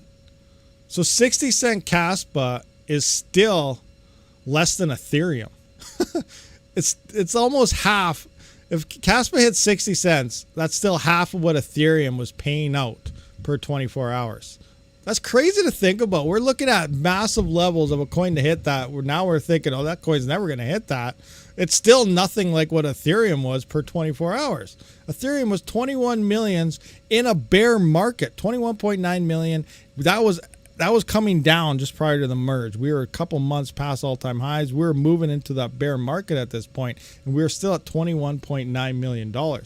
We are nowhere, like, this is one part of fate of GPUs where, you know, we might not even be as good next bull run at the peak as Ethereum was alone in a bear market. Just, you know, kind of open up some eyeballs for a second. Crazy. That's crazy. You know, I was expecting this to actually be some crazy, stupid high number, but it's actually not even that high. Wow. Wow. Wow. RabidMining, where is your address? Sending you stuff soon. My address is... do you want to know what planet I'm streaming from? Or what? I'm just kidding. I'm bugging you. I'll DM you after, give you the information needed. What's with the hat? What's what we stuck to ETH? That's why like, this is crazy. This number. Now, you know what? Let's do some crazy things. I don't know. What do we need for certain coins that hit certain levels? Like, I don't even know what to put in here. Now, you know, best case scenario, we need every coin to add up to equal the same as just Ethereum alone. Now, we're actually going to have to be above that because remember, what's kind of went on and why was GPU so profitable? It was Ethereum, but everything else was profitable as well. Raven coin, Flux, everything was profitable because Ethereum absorbed so much hash rate that left hardly any hash rate on the other coins. Now Ethereum is gone and we are seeing the other coins with more hash rate than when these coins were at all-time highs because Ethereum absorbed so much. Now they just kicked everyone out and these other coins are left waiting for GPUs to find home. Now, yes, lots sold off, farms are turned off. The big deal here is how many GPUs are still waiting to turn on. I know there's a lot. I'm miner on, miner off, miner on, miner off. You know, I never know what I'm doing with mine. They're off and on constantly trying to stay, you know, if they're profitable, I turn them on. If they're not, I turn them off. I'm not mining something for 5-cent profitability. It doesn't make sense on the way my power bill works. So I shut them off at that point. So, you know, I'm really skeptical that we will see this happen. Like some of these coins are only paying freaking, like I gotta update Furo, but $1,500. What? Meow Coin is only paying $4,700. Like you think about it, Meow Coin might go up. Say you're making $1 a day on Meow Coin, right? You're like, Meow Coin just pumped 500%. I'm making $1 a day now. This is awesome. 10 GPUs turn on Meow Coin, your profitability is pretty much gone. You know, that's a big, huge exaggeration. It's not 10G. It's going to take a lot more than 10. But I'm just saying, it doesn't take very many. Like Panda's Farm could probably destroy the profitability alone on something like Meow Coin. Like it's not going to take much hardware to kill the profitability because they're not paying that much. It might look good on hashrate.no. Oh, I'm making $4. I'm making $1. I'm making $2. But the coin itself, it's not paying anything. It's not going to take too many GPUs to destroy it. Just the market caps of all these coins. Flux, proof of use work. It's going to be awesome. It's going to explode. We're going to be seeing awesome things. But right now, it's only paying $26,000. $26,000, guys. That's not paying your GPUs anything. Now, I still got to work out this with the halvings and what is it?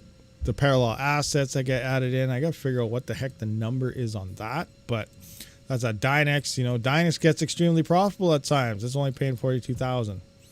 Everything's actually lower than what this says. This was a couple of weeks since I updated this, but the general idea is here. It's crazy. It's mind blowing that, you know, it might not come back, and when it does start to come back, GPUs are going to turn back on, and we could be. What if we hit negative? Yeah, I think that's far to say. I don't think we'll hit negative profits, maybe depending on your power price. But imagine at a peak of a bull run and you're negative on a GPU. I don't think that bad case scenario will happen because everything's going to balance out to where the profits are. But I don't think we're still going to have 3-4 month ROIs at the very best on a GPU, probably at the peak of that bull run, which is right now in theory may be the best way to stack your coins, and it might be better to turn off in a bull run, you know, at that point, depending on how much hardware turns on. Now, if it doesn't get extremely profitable, which I don't think it will, that leads to we might not see much hash rate actually come on. There's so many different scenarios we really got to wrap our heads around because we really don't know what's going to happen. But think about this one. GPU mining picked up because we had gaming blogs. Everything was talking about Ethereum and how profitable it was and shortages and everything coming online. So people are buying GPUs. Ethereum was exploding. Hardware is coming on like crazy.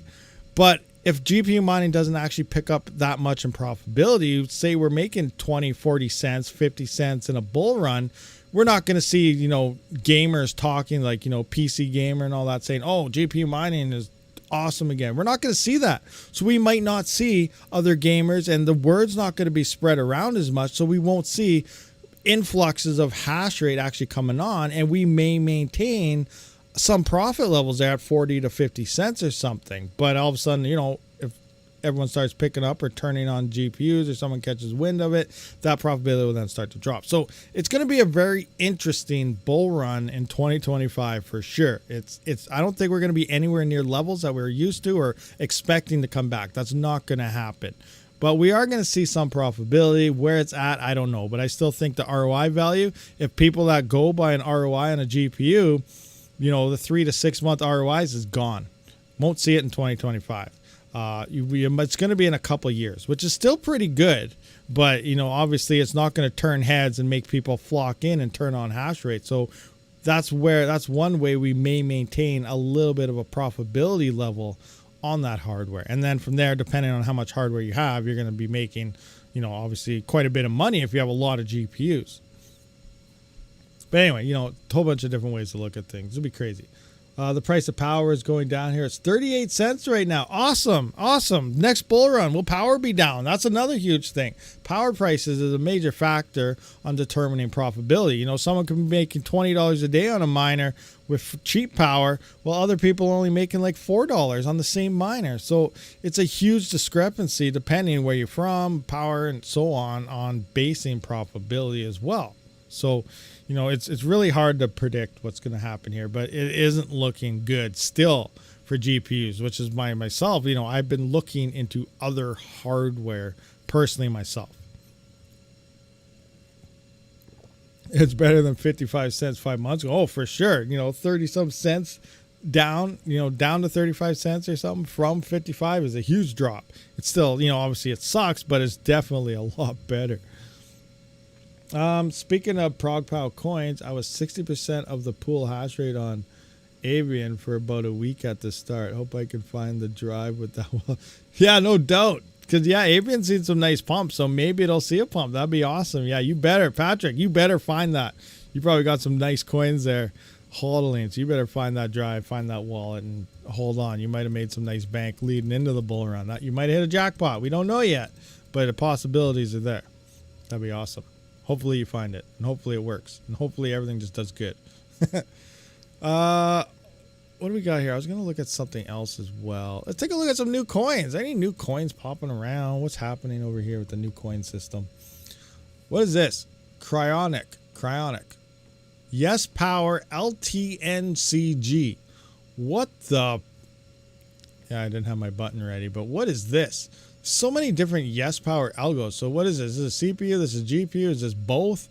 This is an ASIC. There's not much hash rate, so it's not an ASIC. Yes Power LTNCG. Okay, it's 6 days old. 12 pools already. Crazy. Look at this. Elerium. We got an Elerium here, guys. Elerium. No idea what that is, but obviously it's an ETH fork. Probably going to die and take all your money, so awesome. Not awesome, guys. That was sarcasm. Gope coin. Script. Okay. Game Pass. Oh, Game Pass. So, Hobbyist Miner was doing a stream a couple days ago, and he was trying to set up mining 10 different coins on the same rig with 10 different miners type of thing. And he said, he asked if I heard about this. I was like, no, I haven't. So I quickly ran in my spreadsheet. I was like, wow, this coin's actually not too bad. Now, the first thing I came here, I looked at, and I saw this. Kapow. Huge red flag for me. I know a lot of you guys are like, what are you talking about? Kapow's awesome. ASIC resistant. ASIC. It's a massive red flag for me. It blows up GPUs, causes house fires. And, I can't confirm any of that, but some people using SATA, can confirm that. But, it just uses too much power, and the voltage is all over the place. I don't like Kapow. I don't mine it unless it's extremely profitable. So I started throwing this into my spreadsheet, and it actually wasn't looking too bad. I didn't attempt to mine it.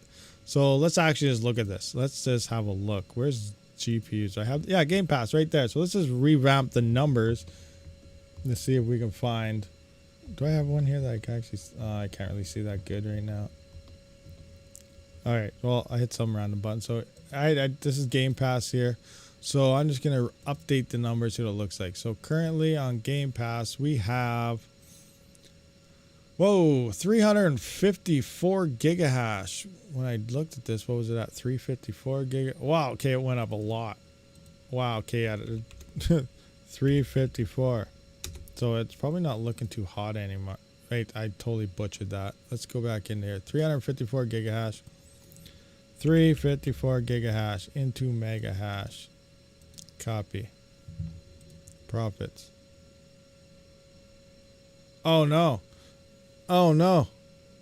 I see what I gotta go back. I changed the coin emission to the network hash rate. Okay, there we go. That's bad. No wonder the profits shot up. It's like I get way more coins for 24 hours being found. That will ruin your profitability. Okay, so it went up. Okay, now it's down to 70 cents. So let's look at the price. Current price here is 000857. Oh, it's up a bit. Whoa, no, it's down a bit. 000857. 000857. So 3 zeros, 857. I had 2 zeros in there. So this is paying out 1,180 coins per day. $1,180. 30.59 on a 3070 is about your mega hash rate. So yeah, this is only making 10 cents a day on Kapow. You're definitely losing money, so it's not profitable. Not right now. Okay, don't mind Game Pass. It died. So that's pretty much how I do my own research. I check out coins. I check out network hash rate. I throw them in my spreadsheet. If it looks promising, I will then put my rig to it and then mine it and see what it looks like in the real world based on pool fees and stuff like that. But, we just clearly stated that Game Pass is absolutely not profitable. 10 cents on Kapow of all out. Like, seriously, I hate Kapow. A lot of people love it. I am straight up saying anything Kapow that says try our coin, I say no. I'll run it through my spreadsheet, but usually the answer is no. I don't care about the ASIC resistance. I don't care what coins do. I'm a miner. I mine for profit. Kapow is not a profitable algorithm. I'm just saying. If a coin turns ASIC and is extremely profitable, I'll get an ASIC for it because it's profitable. But I don't care what the coin's doing, what they're trying to say. They're anti this, not that, not doing that. It's not an issue to me. I don't care what the blockchain's doing. I don't care what the coin's doing. It's part of doing your own research to see if the coin will gain value and maybe you can build for it or something. But I just look at the profitability range, and if it's profitable, I'll mine it. If you're not profitable, I'm not going to mine it. I could care. The rest of it is, it doesn't bother me. It's not profitable if it blows up your GPUs. Magic Lucky. That's another thing too, And speaking of, blows up your GPUs, Kapow, it does have voltage bouncing around a lot. It changes things. It's different algorithms, intensive algorithms. They are harder on a GPU. That's probably the closest algorithm that you can definitively say is the closest to gaming. When you're mining Ethereum and other things that maintain a straight value, you could legitimately say gaming is worse for a GPU than mining is. And there's a lot of people have done tests in the past. Some people had old 580s that only mined Ethereum. Other one that gamed got them around the same time. A couple years later, the one that was mining actually got more frames per second with less degraded less than the gaming one, because those voltages are constantly up and down, depending on the scene you're gaming it. Now you come into Kapow, you're pretty much doing the same thing. So long term, you are hurting your GPU more. So yeah, that's that thing there. You're ramping your fans up more. You got to cool it down. You have more maintenance, probably blowing up fans or something because your fans are spinning faster and everything's hotter. And you're paying more for cooling. There's a lot of people. You got to keep in mind your cooling expenses. Well, I feel a lot of people, they look at the GPU, look at their profitability, say, yeah, it's profitable. So if you're running, say you're running 6 4080s or 4090s or something, right? And you're in a small room, it's hot outside, you're using about 2,000 watts. And they're like, oh, I'm profitable, I'm using 2,000 watts, I'm making about 40 cents or something, right? All of a sudden, then you go behind it and say you're running 2 air conditioners, that's an additional 4,000 watts. But you're still trying to say you're profitable at 40 cents. You're pretty much unprofitable at that point, because now you're using all this extra power to keep your rigs cool. You're better off shutting everything off at that point or running less cards. Like, a lot of people don't seem to use these extra expenses, count these extra things you're using for additional cooling, which is, I'm going to be honest with you guys. When it comes to mining and trying to cool things, I'm cheap. Because I don't care about this. I don't care about looking pretty. We need these special filters. We need these special fans. We need the special this. You know what? I got a $120 Home Depot semi-industrial grade 3,000 to 4,000 CFM fan. It uses 120 watts max. It moves a lot of air, and like I said, it only uses 120 watts. It moves a lot of air, and it only cost me about $100 on sale. I put that in my window as an exhaust. Now all of a sudden, okay, I'm getting dust in. I'm going to go buy some furnace filters, duct tape the crap out of them to the windowsills. I don't care if it's going to look like crap, but I don't care. It didn't cost me anything. I'm not spending thousands of dollars on stupid cooling solutions that no one ever adds to their ROIs or doing something to look pretty. Stuff doesn't bother me. I get up in mining. I buy the cheapest crap I can find, and I try to make the most amount of profit as I possibly can. So that's just me. I might be in a different boat.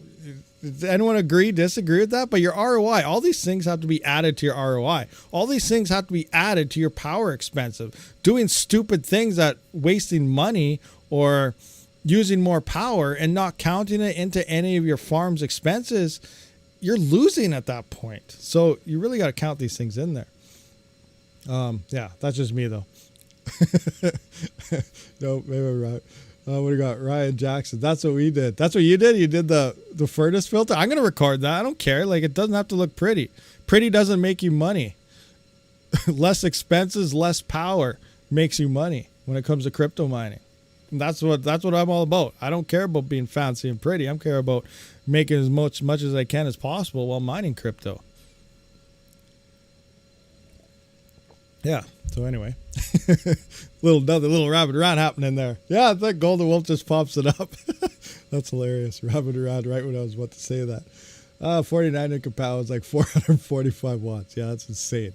Matt, I made an airbox just yesterday at one of my mining locations to help prevent rain coming in the intake window. Awesome, awesome. What's your best CPU go-to coin at the moment? Are you cashing in every day? You know, that's all part of doing your own research, mining, getting ideas of what's going on. Like I can simply say, oh, I'm doing this. Sometimes I cash around this time, do that, whatever. No, I don't sell every day. I usually sell when I need to, go to town, need to pay a bill, need to do whatever. And usually sometimes I delay some of those because you get used to what the market's doing. So like I just finished saying at the beginning of the stream, usually by the time the power bill comes in the first week or so of the month, crypto always goes down. So maybe a couple of weeks before that, if you have a rough idea of how much you're going to need, sell before that. So towards the end, couple of weeks, towards the middle to the end of the month is when I usually do my selling point. So I'm ready for that comes in. If I need a little more, then I got to take a little hit. So these are just things you kind of pick up and stuff as you're going in. Now, right now, we're kind of in a more of a down market than usual and stuff. And I did get slammed with a couple new builds and stuff that I got to sell quite a bit here pretty darn soon. But yeah, I don't sell every day. I sell when I feel the timing is right because I kind of have an idea of the expenses I always going to need and always going to use each time. I use the silence blower that we use in the growers. Oh, that's good. My K7 makes good money. Awesome, awesome. K7s are looking not too shabby for sure. Definitely dropped because so many went online plus crypto prices. But yeah. RabidMining, what you need for your E300 is 140 millimeter fans and a 3D printed shroud that goes from minor to 140 millimeter. Yeah, I heard maybe that was you that mentioned that in the comment on. But someone just said that in the L3 Plus video from a while back. Also, yeah, you use the bigger fans with the shroud and it tapers it down as a reducer, and then you get more airflow. And, you still get to keep it quiet and stuff like that. Now, I still haven't heard back from Osprey. They're supposed to be sending me the connector because I do have those industrial Noctua fans. I do want to put on that. I just want to see how it runs and actually if we can drop that power consumption down because those fans should also use less power than those big 6,000 watts. Now, we won't be able to boost that thing to the 17 gigahash. I'm only running it at the 15 anyway because it is a little more efficient. But we should be able to get away with it on the mid-range 15 gigahash setting. So we'll see. It'll be interesting. 4090 on Caspa is 2.5 gigahash. Nice. Not too bad. 4090 on Caspa, 2.5 gigahash. That's around $2,000 Canadian. So you need about, what, 3, 6, 9... So you need about 6 of those to match one E300. 2, 4, 6, 8. That's about $10,000 Canadian versus one E300. That's about 6,000. And then again, you got to move the rate. RXT. So 4090 and RXT is 3.215. So yeah, so it's 3.215 inches. So I was basing it on a little more hash rate that the E300 get, but it's actually an entire gigahash almost. So maybe we will see around 25, 30 gigahash on the E300 for around 500 watts. That'd be pretty insane. That'd be awesome. That'd be awesome. Hopefully that happens. I'll try to get more information on RXD Bitstream. I keep harassing them about it, so we'll see what happens. I think it's all in Team RedMiner's hands right now, though, so should be harassing Team RedMiner instead, I guess, not Osprey. Because I think as far as Retro Mike was saying, their Bitstream's done. It's ready. It's sent in. We're just waiting on the miner to get it finished.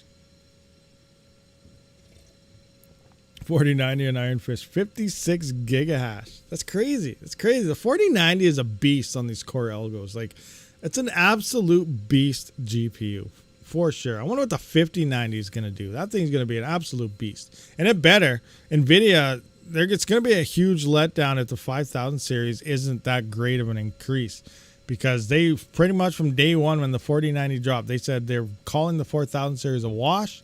They're focusing on the 5000 series, and they want this thing to be a huge leap in a generation gap over the next series. So hopefully that 5000 series turns good. That's why I'm kind of waiting. I think I'm not going to get anything. I'm not going to get any 3000 series. No, nothing. I think I'm really waiting for the 5000 series to drop, and I might pick up 1 or 2 of those in case something happens with the GPU mining side, because they should be a big boost, and they'll be releasing just prior to the bull run as well, just like the 3000 series released in 2020 just prior to the bull run. So this is what we're seeing. The 5000 series is going to be the next go-to, I feel, when it comes into this next big pumps here.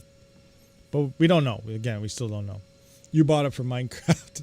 Got the 4090 for Minecraft. Well, technically, Minecraft did add all in that, a DX12 or 13 or whatever they're at now with ray tracing and stuff. So you do need something like that in order to run that crap.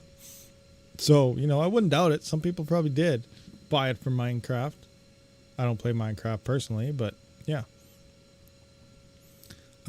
5090 series GDDR7 512-bit bus 3 nanometer TMSC. That's gonna be insane. That's gonna be awesome. Is that confirmed? Yeah, is that the actual finished product numbers on it? But yeah, it's gonna be insane. It's gonna be awesome. Do you believe that a profitable standpoint is better to focus on Bitcoin ASICs rather than GPUs? Gasper, that's a very interesting one. Like, usually for the home miner, I usually like to say focus on other miners other than Bitcoin, but there may be something changing here, especially because Jazz miners might be coming out with something fairly efficient. So that could change the game for home mining, Bitcoin mining. Also, I'm supposed to be getting, I think Coin Mining Central is actually firing me out, was an S19J Pro Plus. Just to test it out. I don't get to keep it. I'm still waiting. Or actually, I got confirmation. I'm waiting to see when they're actually going to send it. It should be soon. So I get to test that out. But there's a kit I'm waiting on as well that actually silences these major heavy ASICs. So the first one, we're going to look at the noise and stuff, obviously, check its profitability, power consumption. Then we're going to throw this kit on it, and it's supposed to silence it down to like nothing. So you can turn a Bitcoin miner silent for the home miner, which is going to be awesome as long as it works as intended. We'll see what happens there. It's called the Fruit Kit if you're unfamiliar with it. But waiting on that, so we'll see what happens when those come in. But long term, that's what I used to been saying is L7s and so on, more stability, less power, but more profits, and then to swap the Bitcoin. But with what's been going on with Bitcoin ordinals, you guys heard about ordinals? I don't know why they're calling it ordinals on Bitcoin. It's the same thing as they didn't call it ordinals on Ethereum or anything, but this is your NFTs and all your stupid JPEGs and stuff getting uploaded. So Bitcoin was never meant for this. You guys may have been heard. I dropped a video about Bitcoin mining picking up. So Bitcoin hit some high profitability levels. And if this starts emerging more and happens on, during the bull run when things really start getting busy on these networks, Bitcoin profits, even though we're going to undergo a halving down to 3 Bitcoin, 3.25 or something, we could see some major profitability happen on Bitcoin in the next bull run, which is why Bitcoin miners may be worthwhile moving forward. Obviously, we see Bitsby tripping, making a massive Bitcoin farm. Massive farms. Bitcoin's the king, Mac Daddy. There's so much hash rate on it. The price is extremely high, and it's going to go high in the next bull run. We all know this. And now they got these BRC20 tokens, NFTs and stuff happening on it, which is driving up the fees. And there's no 1559 here, devs to cancel it to kill the miners. So Bitcoin mining profitability through fees alone might skyrocket. Now, what's it actually at now? Let's go to this website and actually have a look. What was it called? Is it this? Constructing, time chain stats. Let's see if this is it. Bam. Let's have a look here. Let's go to the mining. So mining. Okay, so we're down to 6.98, which is still not too bad. No, actually, no. So we're actually, no, I was thinking they're having already happened. So we're both back down to normal. But look at this. So a block reward is like 6.13 or 6.25. I can't remember exactly what it is. 6 something right now. And we're up to 11.19 Bitcoin because of these fees. Now remember, these weren't on Bitcoin ever before. This is just happening like within the last couple months. So people started uploading all this. The network was slowing down. The fees were they weren't through the roof. It was still cheaper to do than Ethereum. It was only like, you only have to spend like an extra $4, not freaking $100 to send $1 on Ethereum, right? But it went up to 11.19 Bitcoin block reward. We're at 6. It almost doubled the block reward. Doubled. 12. We're 20. The last halving was it 2019, 2020, 2021, just for our last bull run, 2020. we're at 12 Bitcoin. We're almost at last 2017, 2018, 2019 mining levels with a price about 3 times that. So which means once this network gets busy again, even though we're going to see another halving down to like 3 point whatever, we could see the fees surpass this. Imagine $100,000 Bitcoin with a Bitcoin fee of 12 Bitcoin plus in the bull market. That would be absolutely insane profitability. Now, I don't know if that's how it's going to play out or what's going to happen, but just imagine that. Yes, the halving's coming up. 50% less rewards per block reward, but those fees are starting to ramp up. And now we're hitting new all-time highs. And what if Bitcoin does hit that $150,000 mark and it's coming in at a 12 Bitcoin block reward fee? That is absolutely insane profitability for a Bitcoin miner moving forward. It's just something to think about in deciding. It's another huge gamble. Who knows if that's how it's going to play out or anything, but the possibility is there. So yeah, Bitcoin mining may, obviously if you have farm and cheap power, it's the way to go, right? Bitcoin, do it. ASICs, steady. You don't have to worry about Bitcoin changing the algorithm. The ASICs won't become obsolete. It'll take a while. Yes, there's new coming on, but there's just so much hash rate, such high price that this thing can absorb so much freaking hash rate and remain profitable. Cheaper the power, again, better off you are. But I think Bitcoin miners, especially if we can quiet them down, might be decent for a home miner moving forward. And again, especially if this Jazz miner releases that fairly efficiency and stuff like that. So yeah, Bitcoin mining might be awesome. It's going to be definitely something to keep an eye on moving forward. BTC has too much congestion. I hate the fees. Yeah, well, it's still not as bad as Ethereum, anywhere near as bad as Ethereum. But yeah, the fee, as a user, Bitcoin was never meant to do that, ever. All these people think it's a good idea to do this. Oh, Bitcoin is outdated. It's outdated. No one's ever going to use it because it can't do this. It was never meant to do that. Trying to use something for its purpose of what it wasn't meant to do, of course it's not going to work properly on it. It was never meant to put stupid pictures on a blockchain. This isn't Ethereum. This isn't something dumb that dumb people are thinking of to pump and dump scam people. It's Bitcoin. Its value is in us, is in the people. It's to undermine the traditional fiat system. It's to use as a straight currency, not to upload a stupid picture to. So yeah, I don't know. I don't know whose bright idea it was to do that, but whatever.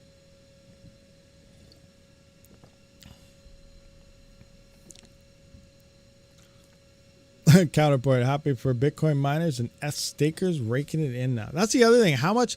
I don't know. The stakers still aren't really getting anything, are they? Because remember, 1559 and everything still applies to the staking. Once it got pulled from the miners, now it's on those pools. They're not I don't think the stakers are reaping rewards out of high gas fees. All that's getting burnt. So the nodes are still making trash compared to what the miners were making. And you have to have a huge investment to run that node. So they're just making their normal block reward. And that's even if they're in the queue for that time to come in. So I still think stakers they're not making very much at all, really. I don't think. It all comes down to the price and stuff too, though, of Ethereum. But yeah, Rabid sounds bullish on NFTs. Oh, crazy. Pigeon Maxi. Retro Mike is a Pigeon Maxi. That's awesome.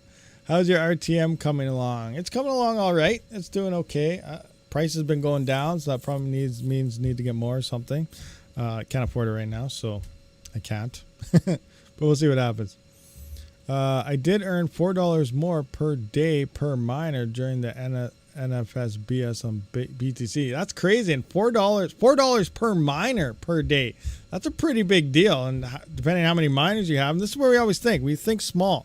A lot of people think small. That miner's only making this. And this is where, I could just go on all day about these things. This is multiple video topics on its own. But like, I always look at this like a video game. And I'd mention this all the time. So, Fully Electric said he made $4 more per miner. Now, short-sighted people don't really understand what's going on, looking to get rich quick. Maybe this isn't the industry for you and you shouldn't do it. Just saying. But you got to think small. You're only making 30, 40 cents here, 60 cents, 70 cents, depending what you're mining on. That's on one. Let's just bring up my calculator so we can look at this. So now you got 70 cents on one. Oh, okay, crap. Now you got two. You're making 100. You're making 100 or $1.40. And then you got three, and then you're making $2.10. Then you got four. You're making $2.80. You know, eventually, as your farm slowly grows, you know, now let's say you have 70 cents. Now you got, you know, say myself, I got 30 miners. Well, now I'm making $21 a day, and you keep able to put in more and more, and you're able to build rigs faster and faster and faster until eventually, you know, you're making $100 a day, $200 a day, $500 a day. It all started at only making 30 to 70 cents a day on one. You think long term, you stack hardware, you build them up, you then get to the levels where you're like, oh, well, yeah, no problem, I'm profitable. Oh, $1 a day, $50 a day. Well, I have 1,000 miners. That's freaking $500 a day after power. These things add up once you stack them up. Looking at the small term number and stuff, obviously you're going to fail yourself because you're thinking small. You got to think big, think outside the box, think for the future. And that's why stacking up a whole bunch of little bits equals a lot in the long term. And that's where we go right back to maximizing your profits per watt of power used. So anyway, another little rant there. Rabid equals CPU god.